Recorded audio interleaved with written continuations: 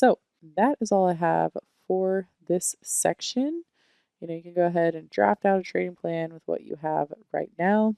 And as you go through the rest of these sections, make some additions, make some improvements, make some notes. You can focus on which sections you find most helpful, which sections maybe you're already, very familiar with. And that is how you work towards improving over time. So just make sure that, you're working on that plan because we are going to be breaking down the concepts piece by piece. So if you're not sure what they are now, don't worry because you will.